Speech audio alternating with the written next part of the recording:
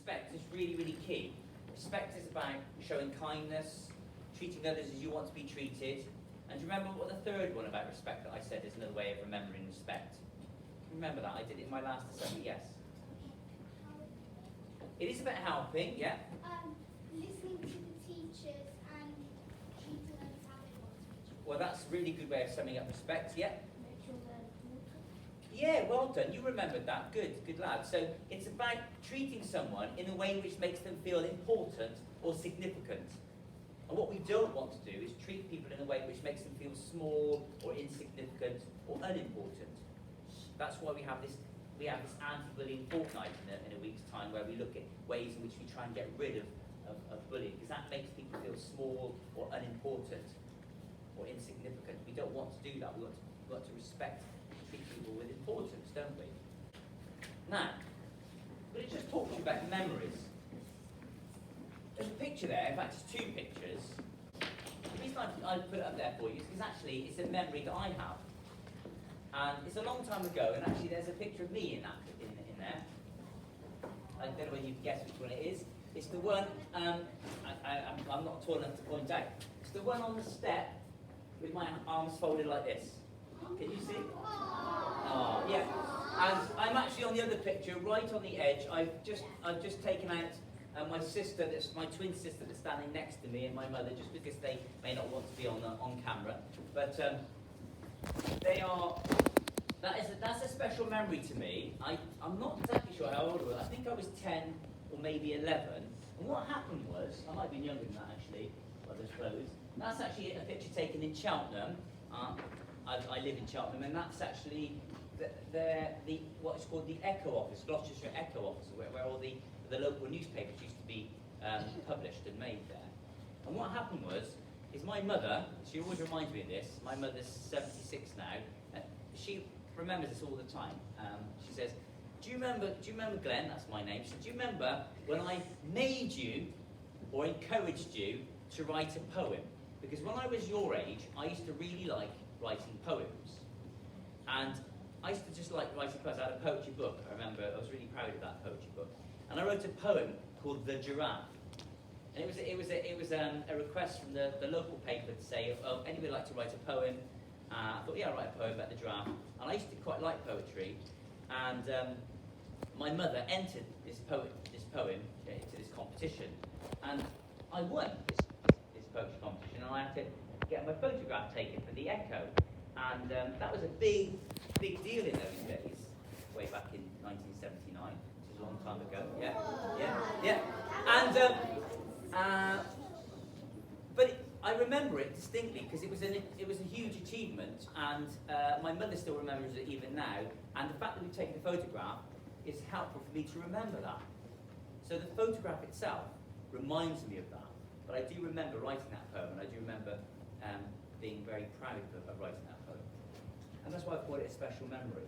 Now, just think before you put your hands up. Can you tell me if you've had any special memories that you can think of? I know you're in year 4 now. You may be still making your memories. Anybody got a special memory they can remember? It can be scary. It can be a good memory. It can be a bad memory. Because I've just given you an example of a good memory there. Anybody got a memory they can think of? Sam. My house was destroyed a very long time ago, and I still remember it. So you can remember your house a long time ago, a different house maybe. Okay, but have you got a special, specific memory you can remember? Yes, young lady at the back. Moving house. So moving house, that could be a quite a memorable thing to do, isn't it, moving house? But is there a specific memory, like I've given an example there, that you can think of? When am I planning on the go? Oh, so that's a sad memory. So you can remember that. Was that a while ago? And that does happen. So when somebody close to you, a family member close to you dies, that can be quite a sad memory, can't it? And yeah, so thank you for sharing that with us. And what were you going to say? Yeah. Can you think of a memory? My little sister being born. Right, that's a really good memory. Thank you. And that's you'll remember that for the rest of your life. You remember when your little sister was born. In fact, I remember when your little sister was born. I remember, but I wasn't there at the time. But I remember your mum saying. So, memory's a funny thing. Memory is a funny thing. So what I'm going to do, I've got some things, items on there. You can just about see them all. There's quite a few items on there. And what I'm going to ask you, I'm going to leave it on there for about a minute. And in a minute's time, Mr. Garrett's going to put the picture blank so you can't see the images. And I'm going to ask you to try and recall as many images as you can from that slide. So can you just have a quick look at what you can see? But try and do it quietly. Brilliant. I'm going to give you another 15 seconds or so to get your memories there.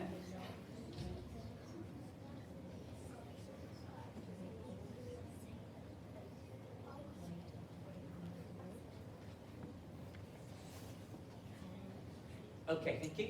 So there's about 20 items on there. That's quite a lot. Now let's look at your memory. See what memory you've got to remember 20 items, which is quite a lot, really. Let's see what you can remember. Now, when you've said it, try not to repeat the one that's said. Okay. What did you remember? A basketball. Ice cream. Rubik's cube. Stamp. Phone. Paperclip. Teddy. It's getting harder now, isn't it? Yep. Grater. 8. Apple. 9. Spoon. 10. Can't remember if they're all here, but I'm assuming they were. That's 10. That's halfway, guys. Right. Yep. Robin. 50 pence. I think there's a 50 pence piece. Yep. It's 11. Yep. Kite. 12.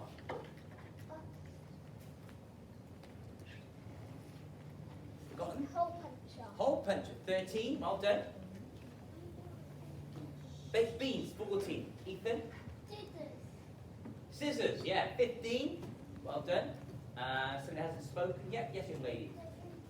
Measuring tape. 16. You're doing really well. Better than I would do. But there's a lot of you doing it, isn't there? Yeah. Screwdriver. 17. Yep.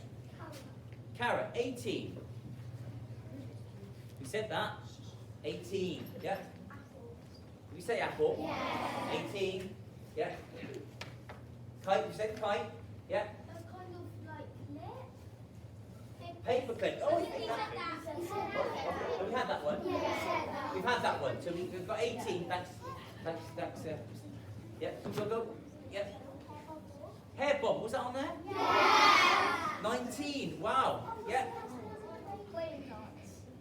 Was playing cards on there? Right. Let's put your hands down. Let's see what's on there.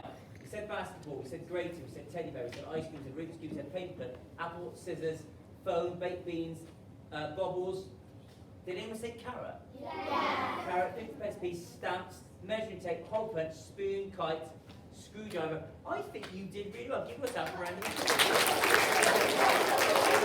So the whole purpose of that bit of fun lesson now is not just assessing your short-term memory, say what you can remember, but it's quite hard to remember more than 5 or 6 things. It really is quite hard. If I asked you individually to remember all of them, you all had help there. It'd be very hard for you to remember perhaps more than 7 things. You would find that difficult. So what happens with memories? We try and keep a souvenir or something we can think about. Like that photograph is an imprint of what happened way back when I was 10, and I can remember that. I want you to watch this very carefully. This is a man called Mr. George who fought in the World Wars. I was walking through this cabbage patch when out of the sudden came 10 Mississippi's, and they started machine gunning. I flung myself down in the cabbage, put cabbage leaves over my head, over my back, wherever I could cover them. And I could hear the machine gun bullets, zoom, zoom, coming down, coming closer and closer. And I shouted to my mum, "Mum!" They left and all was quiet.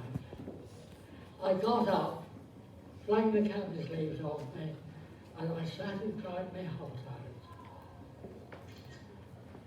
And every time I have cabbage for lunch, it reminds me of my escape in the cabbage patch. That was the day I always remember. can anyone tell me, why did Mr. George cry his heart out after the attack, and why will he always remember this day? Cabbage reminds him of something. What does the cabbage, when he has cabbage for lunch, what does it remind him of? Yeah. Well done, absolutely. So when he was fighting in the war, he remembers these Messerschmitts, these German planes, shooting machine gun fire at him. And he had to hide.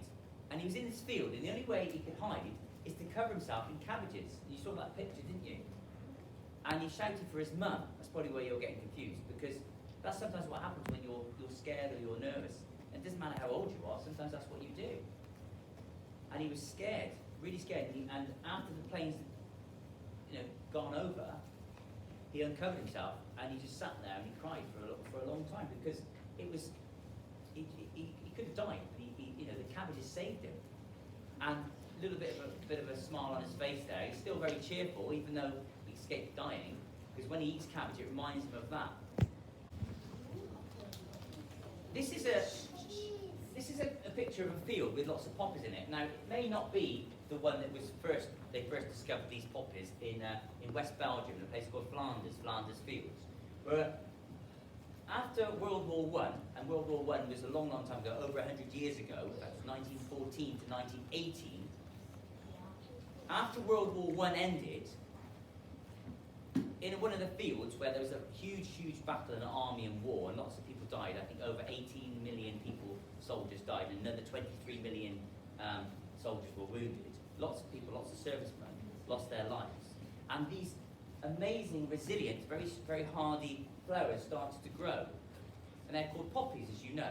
And they're resilient, and they represent hope, but they also represent the bloodshed that happened on this very tragic day, the end of the war. But it was a sign of hope that life still can carry on. So that is why people wear poppies, people have poppies, to remember all the soldiers and the servicemen that died, not just in the First World War, but that's when poppies first sold in 1921, actually, 3 years after First World War. It was to give money, donations, to the service people that lost their lives or were injured, and it helped their families. And from then onwards, from 1921 onwards, we have a Poppy Day. And Remembrance Day is on the 11th of November every year, which is on Wednesday. And on Sunday, just gone, on the 8th of November, there was a ceremony at the Cenotaph in Whitehall in London. Who watched that?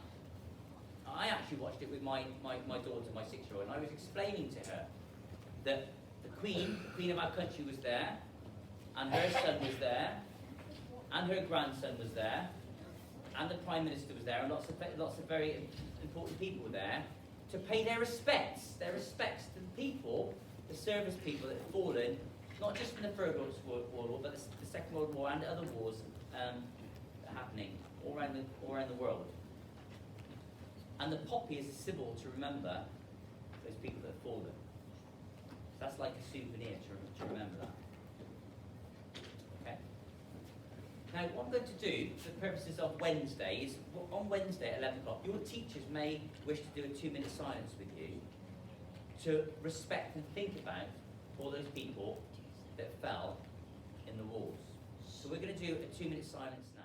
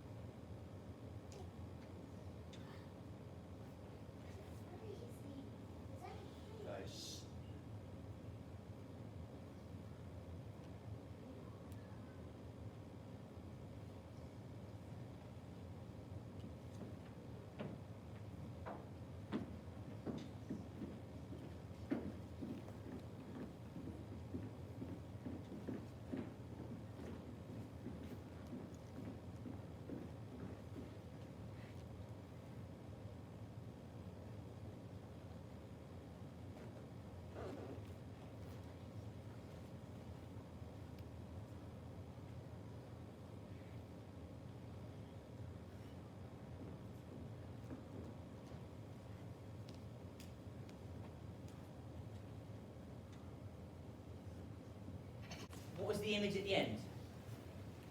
Yep, the poppy. And what were the images before that last thing was being drawn?